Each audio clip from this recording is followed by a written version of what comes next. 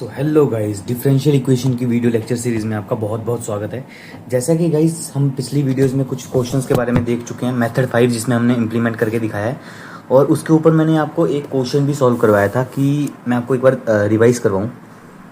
Guys we have done this question. हमने alternate method भी इसमें डिस्कस किया था एंड इसमें हमने नॉर्मल मेथड भी डिस्कस किया था, और ये वाली फॉर्म को इम्प्लीमेंट किया था गाइस। ये वाली देखो, ये वाली फॉर्म को हमने इम्प्लीमेंट किया था। अब गाइस आगे हम क्या करेंगे, आगे हम इसी के ऊपर एक और क्वेश्चन डिस्कस करेंगे। अब मैं गाइस दोनों मेथड से आपको सॉल्व करके नहीं, एक ही मेथड से सॉल्व करके दिखाऊंगा, ठीक है। चाहे इससे सॉल्व कर लो आप, चाहे इससे सॉल्व कर लो, आपको मैंने पिछली वीडियो में बताया था कि सिमिलर आंसर आता है। एक बार रिवाइंड आउट करते हैं। अगर कोई इक्वेशन मैंने आपको क्या बताया था, if there is an equation in the form of 1/f(d) into x of v, तो इसे हम क्या करते थे, एक्स को बाहर लिखते थे, 1/f(d) इंटू वी क्या होता था फिर, plus into differentiation of f of D into v, यही रहता था गाइस। देखो चेक कर लेते हैं।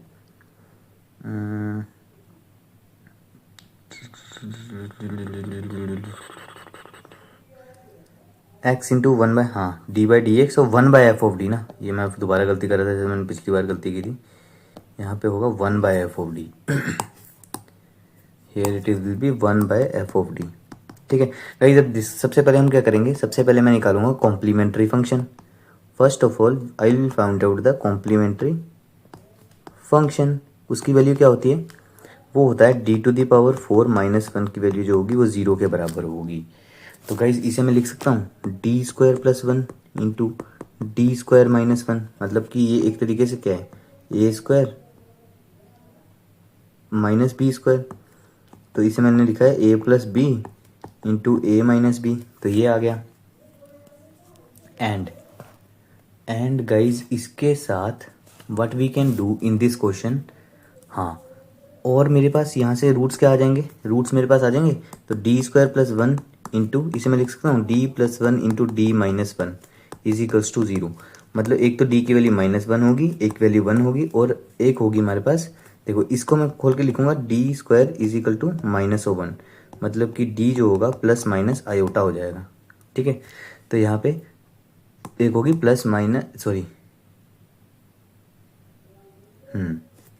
d² + 1 इज इक्वल टू 0 है ना गाइज। तो d² की वैल्यू मेरे पास हो जाएगी, हाँ, एक minute what we will do here, यहाँ पे देखो एक बार, अगर देखो d² की वैल्यू +1 इज इक्वल टू 0 होता है, मतलब कि इसे मैं d plus iota into d minus iota लिख सकता हूँ। तो ये क्या हो जाएगा, खोल के देखो इसे, d² minus of d iota plus of d iota into iota square. तो d² minus of iota square क्या होता है, -1, मतलब d² + 1 मैं लिख सकता हूँ, ये वाला सिमिलर है, हाँ।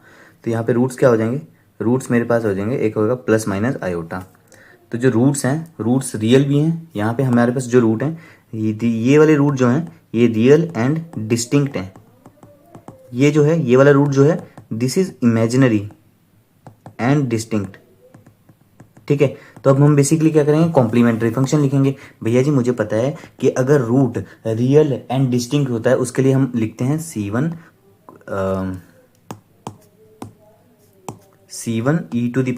e⁻⁻x plus c2 e⁻x plus, अब हमारे पास इमेजिनरी रूट है, इमेजिनरी के लिए हम क्या लिखते हैं, e⁻⁴x c3 cos of beta x plus c4 sine of beta x. मतलब कि ये देखो, इसको मैं बेसिकली इसको मैं लिख रहा हूँ alpha plus minus iota beta की फॉर्म में। अल्फा यहाँ पे 0 है और बीटा की वैल्यू क्या है, 1 है, तो वही यहाँ पे पुट कर दो गाइज।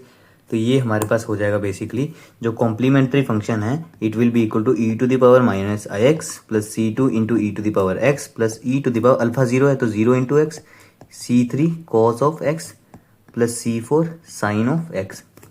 तो कॉम्प्लीमेंट्री फंक्शन हो जाएगा मेरे पास c1 e⁻⁻x plus c2 e⁻x plus c3 cos of x plus c4 sine of x, ठीक है। तो ये मेरे पास आ जाएगा complementary function. This is my final answer of the complementary function, ठीक है। अब मेरे पास कॉम्प्लीमेंट्री फंक्शन आ गया तो पर्टिकुलर इंटीग्रल आ जाएगा। Particular integral right hand side देखो क्या है, x sin x है, तो x sin x divided by d square d to the power 4 minus 1, ये वाली है ना इक्वेशन। अब देखो गाइज मैं क्या करूँगा, फर्स्ट ऑफ ऑल इसे मैं क्या करता हूँ, what I will do here, मैंने फर्स्ट मेथड से मैं आपको सॉल्व करके दिखाऊंगा। I will solve it by the first और द सेकंड मेथड। मैंने अब क्या किया, ये साइन एक्स है गाइज, तो मैं क्या करूँगा, यहाँ पे लूँगा imaginary part of 1 by D to the power 4 minus 1, इसको मैं लिख सकता हूँ x into e to the power iota x. भैया जी e to the power iota theta जो होता है ये होता है cos of theta plus iota of sine theta, पर मुझे बस इमेजिनरी पार्ट ले रहा हूँ तो इमेजिनरी पार्ट दिस ये वाला होगा, मतलब ये साइन इस फॉर्म में आ गया। तो ये आ गया, ठीक है। अब गाइस इसे सॉल्व कर लो। अब कैसे सॉल्व करोगे भैया जी, मुझे ये भी पता है कि अगर कोई equation 1 by F of D into x into e to the power some A x की फॉर्म में रहेगी, तो इसे हम लिखते हैं e to the power A x into 1 by F of D plus A into x, और उसके बाद क्या करेंगे, बाइनोमियल एक्सपेंशन अप्लाई कर देंगे। तो ये लिखा है गाइस। अब देखो ये हो गया मेरे पास ये वाली इक्वेशन, अब अप्लाई कर दो इस वाली में। तो देखो इमेजिनरी पार्ट क्या हो जाएगा, इमेजिनरी पार्ट ऑफ इसका हमारे पास, हम इसे लिखेंगे कि e to the power iota x को यहीं छोड़ा 1 बाय डी प्लस आयोटा का whole to the power 4 minus 1 into x मैंने यहीं रहने दिया, यही चीज़ होगी। अब देखो गाइस इसको इंटू कर दो, अब पेजेस मुझे लगेंगे एक दो और, तो यहाँ से हम क्या करते हैं, एक दो पेज और लेते हैं। कहाँ था ये डी प्लस आयोटा, मतलब 30th नंबर पेज ना, 30th। तो यहाँ से मैंने एक पेज यहाँ से ऐड ऑन कर लिया, एक और कर लेता हूँ ना, क्योंकि बार बार ये पंगा ना लेना पड़े। हाँ तो गाइस इसमें देखो ध्यान से, बिल्कुल ध्यान देना। अब मैं इसको एक बार सॉल्व करके अलग से दिखा रहा हूँ। इसको क्या हो गए, d plus iota to the power 4, ये क्या होता है डी प्लस आयोटा का whole square into d plus iota का होल स्क्वायर। तो इसे खोल दे, ये क्या होगा d square plus iota square plus 2d iota, और ये क्या हो जाएगा d square plus iota square plus 2d iota. तो इसे मैं ओपन करके लिखता हूँ, तो d प्लस आयोटा का होल टू दी पावर 4 जो होगा ये हो जाएगा d square minus 1 plus 2d iota into d square minus 1 plus 2d iota. तो इसे ओपन कर दे तो d to the power 4 minus d square plus 2d cube iota minus of d square plus 1 minus of 2d iota. बस guys मैं bracket open कर रहा हूँ, देखो डी स्क्वायर को इससे तीनों से इंटू करो पहले, फिर 1 को तीनों से इंटू करो, फिर 2d आयोटा को करो, तो 2d cube iota minus 2d iota plus 4d square iota square. तो यहाँ से देखो कुछ कट रहा है गाइस, एक मिनट देखते हैं, यहाँ से कुछ कटना तो चाहिए, नहीं कट रहा तो कोई दिक्कत नहीं है, कोई दिक्कत वाली बात नहीं, क्योंकि हम टेंशन कभी ना लेते हैं ना कभी देते हैं गाइस। तो यहाँ पे देखो इसे मैं guys d to the power 4 रहने देता हूँ, और इसको ऐड ऑन कर दो, तो ये क्या होगा माइनस ऑफ 2d स्क्वायर और 2d क्यूब, ये भी ले लो, देखो 2d क्यूब और 2d क्यूब आयोटा, ये क्या हो जाएगा 4d क्यूब आयोटा। तो ये सारी टर्म होगी। अब बचता है मेरे पास minus of d iota plus 1 minus of 4d square, क्योंकि आयोटा स्क्वायर माइनस 1 होगा तो इसे यहाँ पे मैंने करके लिख दिया। अब इसे मैं गाइस लिख सकता हूँ कि जो d plus iota to the power 4 होगा मेरे पास, वो होगा d टू दी पावर 4, इसको और इसको ऐड ऑन कर दे तो minus 6d square 6d square plus 4d cube iota minus 2d iota plus 1। तो d to the power 4 minus 6d square plus 4 iota d cube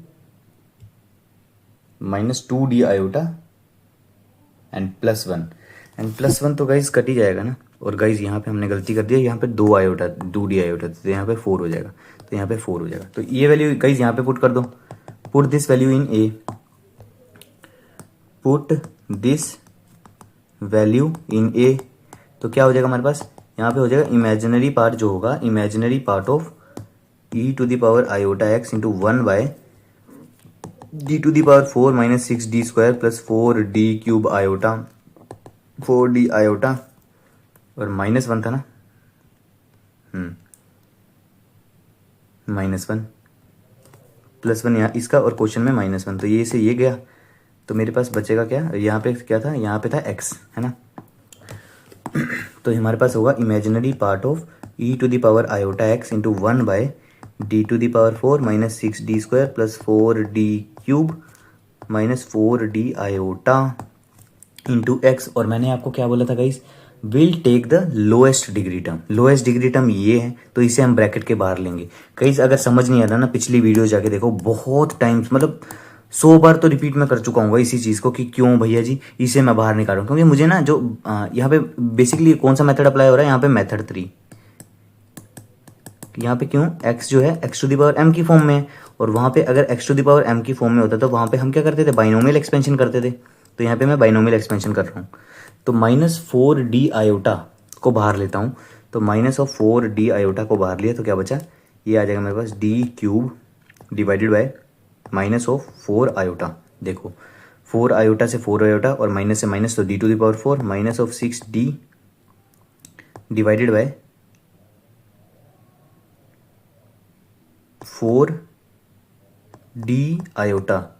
sorry d नहीं आएगा फिर यहाँ पे, देखो ध्यान से करना गाइस ना, 4 आयोटा। अब देखो 4 आयोटा से 4 आयोटा गया, एंड माइनस माइनस तो प्लस हो जाएगा, फिर एक माइनस मुझे लेना पड़ेगा यहाँ पे, ठीक है। और 4 से 4 गया तो 6d², ठीक है। तो यहाँ पे प्लस कर ले, उसके बाद यहाँ पे बचेगा मेरे पास माइनस हो जाए, minus of 4 of d², 4 of d² ना, और यहाँ पे 4d क्या हो जाएगा, प्लस 4d³ आयोटा, ये हो जाएगा। एंड तो मैंने क्या लिया गाइस, और यहाँ पे हो जाएगा +1। तो 1 प्लस, यहाँ से देखिए, यहाँ 2 से कट जाएगा ये 3, 1 plus 3d/2 iota minus of यहाँ पे ना 4 भी नहीं आएगा गाइस, देखो माइनस ऑफ d² और माइनस d³/4 आयोटा। तो इसको मैं गाइस ऐसे लिख सकता हूँ, imaginary part of e to the power iota x divided by -4 of d iota into 1/1 plus 3d/2 iota minus of d² minus of d³/4 iota into x। तो 1 plus guys, ये देखो it is in the form of 1 plus x, ये x मान ले, इसे x treat कर ले। तो मुझे पता है कि अगर हाँ इसको एक बार ऊपर ले जा, तो यहाँ पे imaginary part of e to the power iota x by 4d iota, ये हो जाएगा मेरे पास 1 plus 3d/2 iota minus of d² minus of d³/4 iota का whole to the power -1 into x. तो imaginary part of minus of e to the power iota x पर 4d iota, ये हो जाएगा 1 प्लस एक्स का whole to the power -1 है। This is equal to, अगर compare करें ये क्या है, 1 प्लस एक्स का होल टू द पावर -1, इसका क्या होता है 1 माइनस एक्स प्लस x²। इसे बस हम यहीं तक लेंगे गाइस, क्योंकि x है ना, तो x तो मतलब डबल डिफ्रेंशिएशन करने से 0 हो जाएगा। तो बस हम ऐसे करते हैं, तो 1 minus of 3d/2 iota minus of d² minus of d³/4 iota, यहीं तक ले लेंगे गाइस, हम आगे नहीं लेंगे।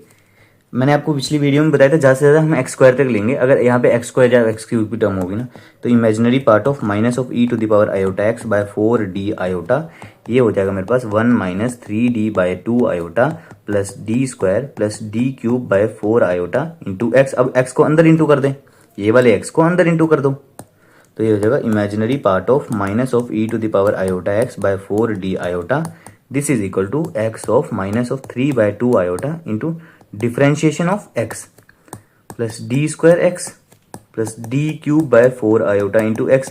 देखो गाइस, डिफ्रेंशिएशन ऑफ x क्या होगा, ये तो 1 होगा। Differentiation, double differentiation of x, ये तो 0 हो जाएगा ना, तो ट्रिपल तो वाला ये भी 0 हो जाएगा, ये भी 0 हो जाएगा। तो बचेगा क्या मेरे पास, I will left with imaginary part of minus of e to the power iota x by 4d iota, यहाँ हो जाएगा x माइनस 3/2 आयोटा इंटू 1। तो ये आएगा इस मेरे पास। तो imaginary part of minus of, इसे मैं ले सकता हूँ। अब देखो गाइस, मैं क्या कर रहा हूँ, अब खेल खेलेंगे यहाँ पे। खेल कैसे खेलेंगे, आपको तो खेल खेलना ही आता। हाँ देखो, अब ना गाइस यहाँ पे देखो, अब हमें पता है ना 1 बाय आयोटा की वैल्यू इज -1 माइनस आई। तो यहाँ पे देखो 1 by iota into e to the power iota x, ये हो जाएगा x माइनस 3/2 आयोटा, यही है। और मुझे पता है 1/i की वैल्यू क्या होती है, -1। 1/i -1 होता है, पता है ना गाइज। ये हम उस पे पढ़ते हैं, किस में पढ़ते हैं, वेक्टर एनालिसिस। जब मैं स्टार्ट करूँगा ना यूपीएससी लेवल का भी जब स्टार्ट करेंगे तो हम उसमें स्टडी करेंगे, ठीक है। तो ये हो जाएगा मेरे पास आयोटा इंटू e⁻i x -3/2, यहाँ भी 1/i हो जाएगा। तो 1/i क्या होता है यहाँ पे, तो imaginary part of iota e⁻i x minus sorry +3/2 हो जाएगा, और आयोटा ऊपर चले जाएगा, ये वैल्यू आ जाएगी। और अब ये वैल्यू अगर आ चुकी है और मुझे पता है guys iota 1/4 into iota e⁻i को जब मैं, हाँ यहाँ पे गाइज ध्यान दो, यहाँ पे डी भी है ना, 1/d हम बोल के, यहाँ पे डी भी है, यहाँ पे डी भी है। तो देखो, तो आयोटा और 1/4 भी तो भूल रहे हो यार, 4 कहाँ गया, 4 तेल लेने गया, तो यहाँ 4 आएगा। तो यहाँ पे हम लिखेंगे 1/4 इंटू आयोटा e⁻i x और 1/d of x plus 3i/2। तो 1/d of something, 1/d of something हम करेंगे तो क्या होता था, देखो मैंने आपको बताया था शुरू वाली वीडियो में जाकर देखो कि 1/d ऑफ x जो होगा it is integration of x into D x. तो यहाँ से मैं क्या लिखूंगा मैं इमेजिनरी पार्ट जो होगा वो होगा 1/4 into iota of e⁻i into integration of x plus 3/2 iota into D x. तो ये क्या हो जाएगा, imaginary part of 1/4 iota. Guys ये हमेशा साथ में लिखना है ना, ऐसे नहीं कि हवा में मार रहे इमेजिनरी पार्ट लिखो ना। तो ये क्या हो जाएगा x² plus 3/2 into iota of x, ठीक है। तो ये हो जाएगा गाइज इसकी वैल्यू। अब हमें पता है इसकी वैल्यू क्या होती है, it is the imaginary part of 1/4 into 1/4 और 2 कॉमन ले लो 1/2, तो यहाँ से क्या बचेगा आयोटा इंटू, इसे मैं लिख सकता हूँ cos of x plus iota of sign of x। तो मेरे पास x² प्लस 3 आयोटा x बचेगा अंदर। We will left with x² plus 3 iota x। अब देखो गाइस, अब व्हाट विल डू, अब हम इसे क्रॉस मल्टीप्लाई कर दो अंदर। तो इमेजिनरी पार्ट जो होगा हमारे पास that will be equal to, imaginary part जो होगा वो होगा आयोटा/8 इंटू, इसको इंटू कर दे क्या हो जाएगा x² cos x plus 3 iota x into cos x plus iota sine x into x² plus 3 iota square x sine x। और आयोटा स्क्वायर की वैल्यू क्या होती है -1। और यहाँ से ना गाइज हम आई को भी अंदर इंटू कर दे, तो imaginary part of 1/8 iota of x² cos x plus 3 iota square x of cos x plus iota square x² sine of x plus 3 iota cube x of sine x। अब देखो guys यहाँ से थोड़ी सी simplicity आ गई, imaginary part हो जाएगा 1/8 x² cos of x of iota, और आयो स्क्वायर यहाँ पे -1 है तो यह हो जाएगा -3x cos x minus of x²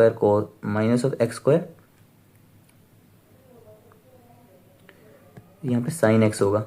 और आई क्यूब की वैल्यू क्या होती है, आई क्यूब की वैल्यू -i होती है, i⁻4 की 1 होती है, ये पता है ना, आई स्क्वायर की वैल्यू -1 होती है।